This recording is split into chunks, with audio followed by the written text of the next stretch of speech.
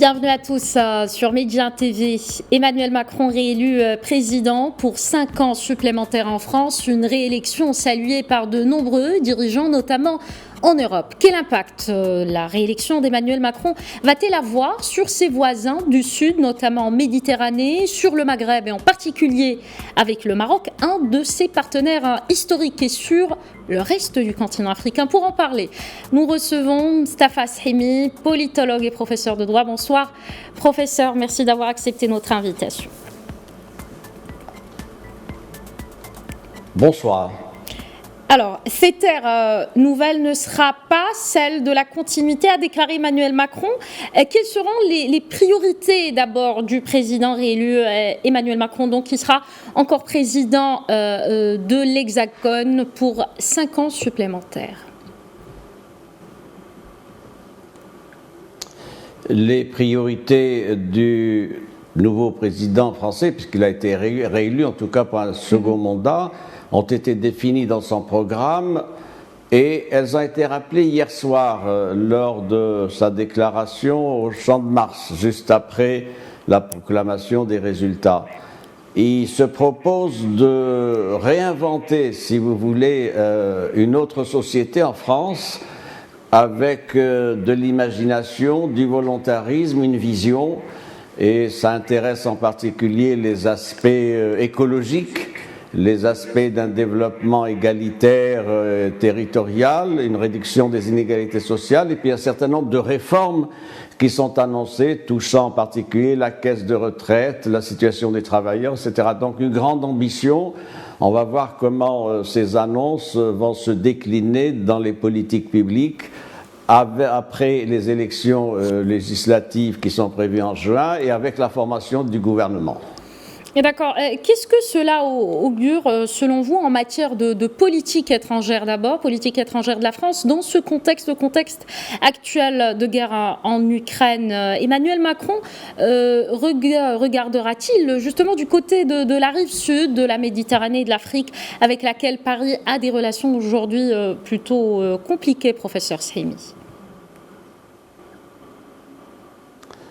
C'est évident que la politique française, de même que la politique européenne, sont aujourd'hui polarisées sur le conflit Ukraine-Russie. Et donc il y a là une priorité dictée par les circonstances qui sont dramatiques, évidemment, mais dictée aussi par un certain nombre de contraintes géopolitiques.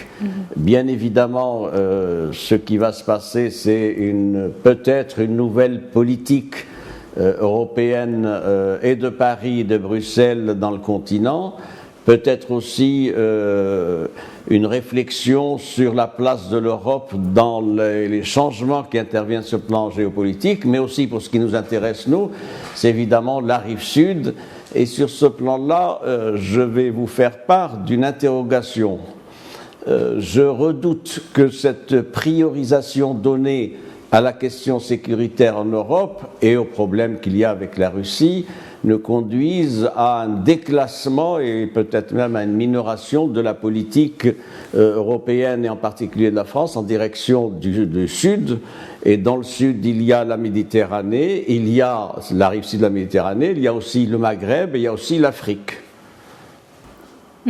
Alors, le Maroc a fait le choix de diversifier ses partenaires à l'international et notamment en Europe. Compte tenu de cette nouvelle réalité, quelle sera la vision d'Emmanuel Macron, dont le pays assure la présidence du Conseil de l'Union européenne? Il y a des intentions et des ambitions qui ont été exprimées par le président Macron lors de son premier mandat. Je fais référence, pour ce qui est de l'Afrique, au sommet de Montpellier qui s'est tenu en octobre dernier. Je fais référence également à la conférence France-Afrique qui s'est tenue il y a quelques mois. Donc il y a là une volonté, mais les circonstances actuelles font qu'évidemment tout ça peut être mis en cause. J'ajoute aussi que les ambitions annoncées par le président Macron début de son mandat n'ont pas porté les fruits escomptés.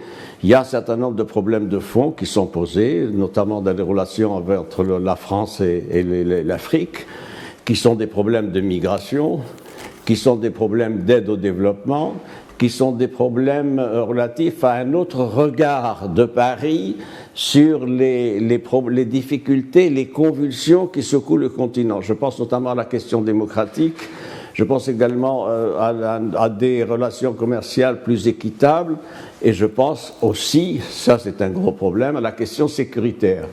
Sur ce plan-là, vous le savez que la France s'est beaucoup engagée, elle était en première ligne sur cette question sécuritaire, notamment pour ce qui est de la lutte contre les djihadistes et au Sahel. Il semble bien que cette politique n'ait pas donné les résultats escomptés, puisqu'il y a le retrait de l'opération Barkhane depuis plusieurs mois, avec donc un repli.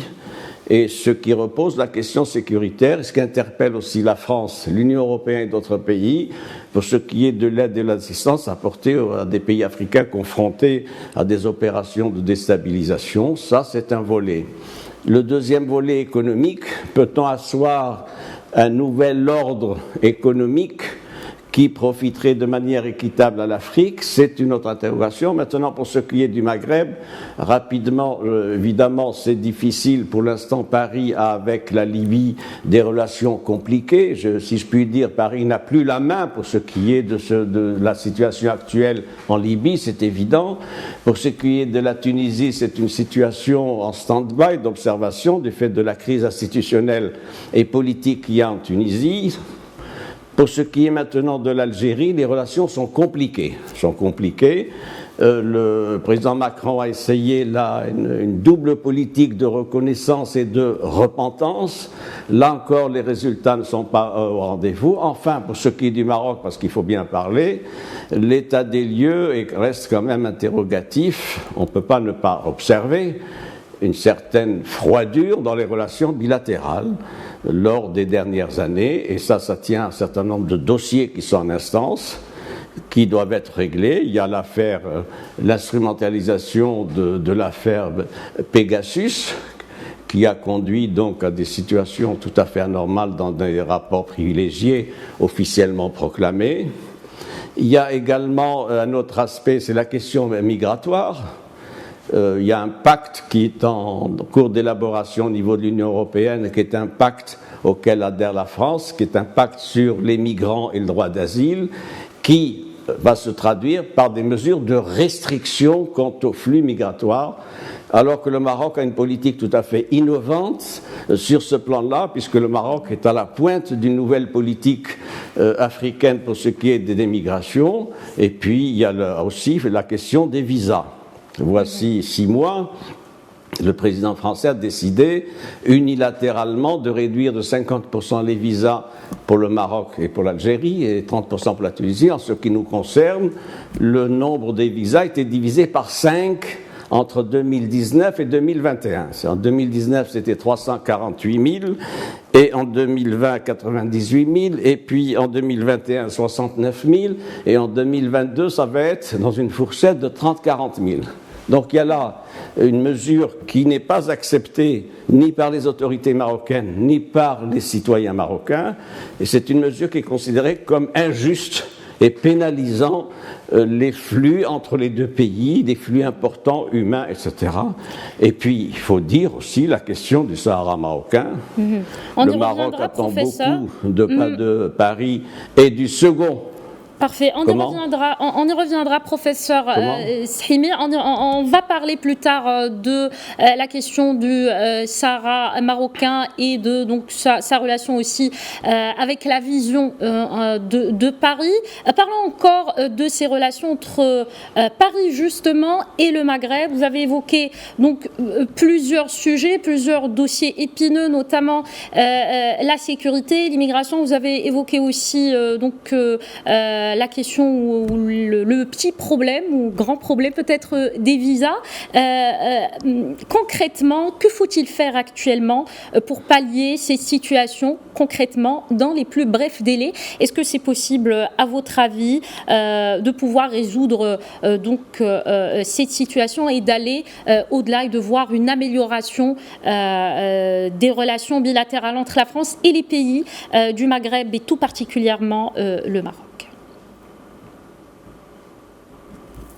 Je voudrais vous rappeler qu'en novembre 2017, à Ouagadougou, 6 mois après son élection, le président Macron a fait un discours intéressant devant 800 étudiants de l'université Ouagadougou, et il avait dit ceci: la France n'a pas de politique africaine et il faut en prendre acte. Donc nous en sommes là. Deuxième question, est-ce que la France a une politique maghrébine? Je ne le crois pas. Je crois c'est une politique en silo, si je puis dire, autonomisée, avec Rabat, avec Alger, avec Tunis, avec Tripoli. Donc ça aussi, c'est un élément d'interrogation. Maintenant, ce qu'il faut faire pour réchauffer les relations bilatérales, il faut des actes. Il faut revoir cette décision de limitation drastique des visas, qui va d'ailleurs au-delà des 50% qui avaient été annoncés. Il faut créer un climat de confiance, parce qu'il y a eu quand même des accrocs à cette confiance dans les relations bilatérales lors des 2-3 années écoulées. Et puis, il faut que Paris prenne conscience que le Maroc, vous l'avez dit, a une politique maintenant étrangère qui est à la hauteur de ses ambitions, ses objectifs. C'est une politique de redéploiement, c'est une politique qui fait du Maroc un pays qui est une puissance émergente, influente, et qui porte ce fruit. Et ce qui est important, c'est que le climat bilatéral s'est un peu refroidi, pour les raisons évoquées, mais en particulier pour celle-ci que je vais invoquer, c'est le fait que le Maroc a des relations maintenant privilégiées avec l'administration américaine, des relations normalisées avec l'État d'Israël, et qu'il a une ouverture sur l'Afrique en même temps que sur d'autres pays. Il y a une diplomatie marocaine qui est en action, qui est en marche, qui est une diplomatie de fermeté, qui répond à une doctrine, qui répond à des principes, et qui compte imposer le respect donc aux partenaires, premier point, et deuxième point, qui veut nouer des relations sur la base du respect aussi des fondamentaux du royaume, en l'occurrence l'intégrité territoriale et donc la marocanité des provinces sahariennes récupérées. Parfait, donc une diplomatie très active et très efficace. Et pour faire justement la transition, vous avez évoqué le dossier du Sahara marocain. La France soutient depuis des années déjà l'initiative d'autonomie proposée par le Maroc pour le Sahara marocain, mais Paris n'a pas bougé sa position sur ce point depuis des années, alors que d'autres pays, des pays qui n'étaient pas aussi proches du royaume, aussi proches en tout cas que la France du royaume, ont fait évoluer leur position de manière significative. Quelle analyse en faites-vous, professeur Saïmi? Le grief principal qui est fait à Paris, indépendamment du stock de dossiers contentieux que j'ai évoqué tout à l'heure, c'est la frilosité de la diplomatie française à l'endroit de la question nationale.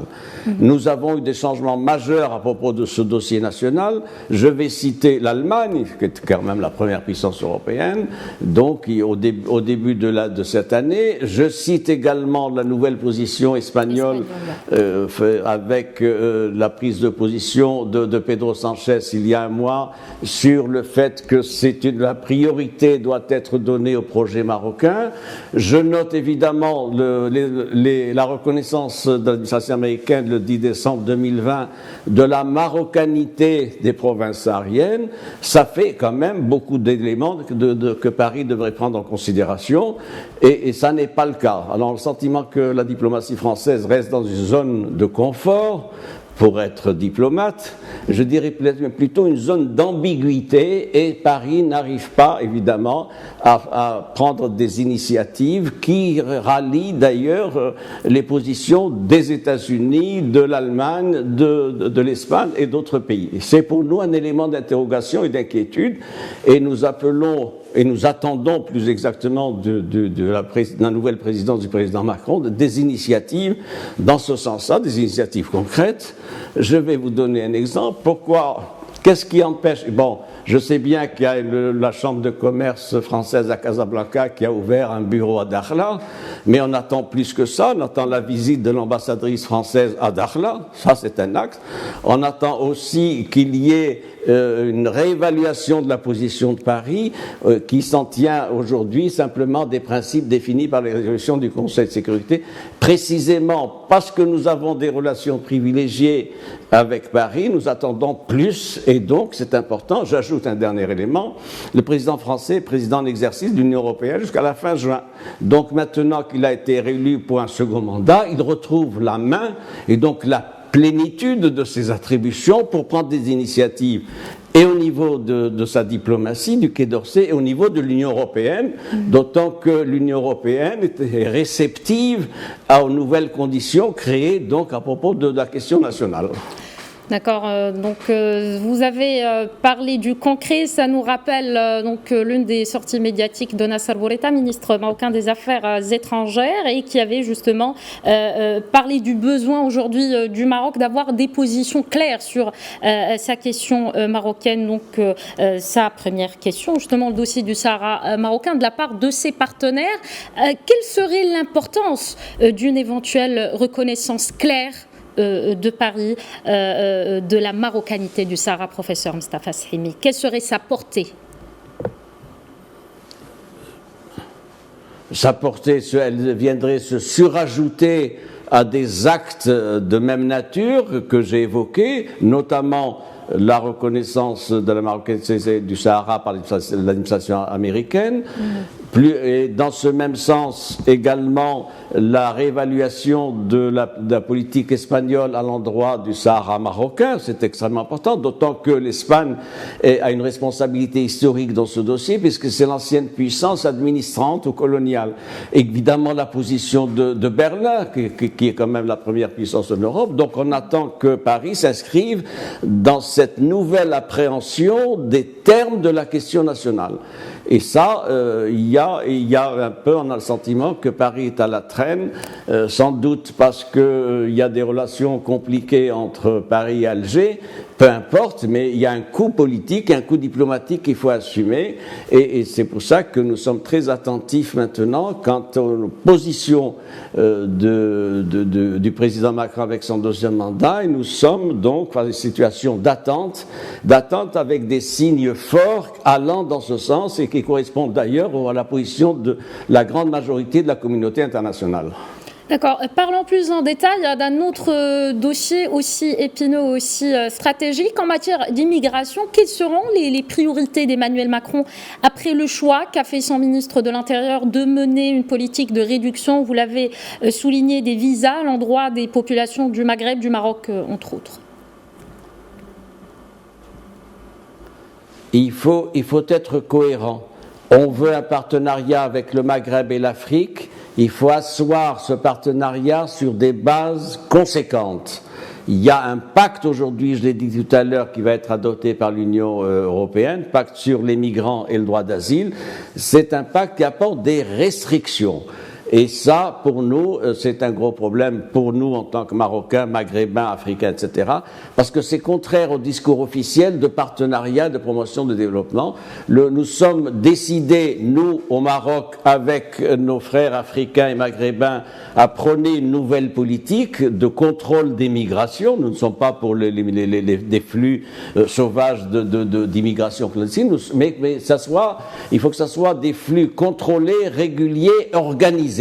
C'est d'ailleurs toute la stratégie du Maroc sur ce plan-là, et d'ailleurs le souverain, vous savez, a été désigné comme leader africain pour la migration en février 2017, un mois après le retour du Maroc à l'Union africaine. Nous avons une politique sur ce plan-là, et nous demandons à ce que cette politique soit prise en compte, et par Paris, évidemment, et également par l'Union européenne. Voilà où nous en sommes. D'accord, donc le Maroc, on le rappelle, donc qui s'érige en pays exemple dans la région, dans la gestion des flux migratoires, et comme pays exemple justement dans toute l'Afrique. Avant de conclure, professeur Sahimi, comment voyez-vous les relations ou les futures relations Maroc-France pour ce nouveau quinquennat Emmanuel Macron? Vous savez, j'ai relevé comme vous le message adressé par Sa Majesté le Roi au président Macron à propos de sa réélection. C'est un message conventionnel, j'allais dire économique, service minimum. Que dit le souverain? Il félicite le président pour sa réélection, il lui souhaite plein succès dans sa mission, et se félicite de la profondeur des liens multidimensionnels entre les peuples marocains et français. Donc, il y a bien là matière à interrogation du côté de Paris. Le souverain et le Maroc attendent de Paris une relance de la coopération, une relance, un réchauffement et une nouvelle dynamique. On va voir ce que ça va donner dans les prochaines semaines et dans les prochains mois. Parfait, merci beaucoup Mustapha Shimi. Je rappelle que vous êtes politologue et professeur de droit. Merci encore une fois pour ces explications. Vous étiez avec nous en direct depuis Rabat. Merci à vous. Voilà donc pour l'invité de la rédaction d'aujourd'hui. Restez avec nous, l'info se poursuit sur notre antenne.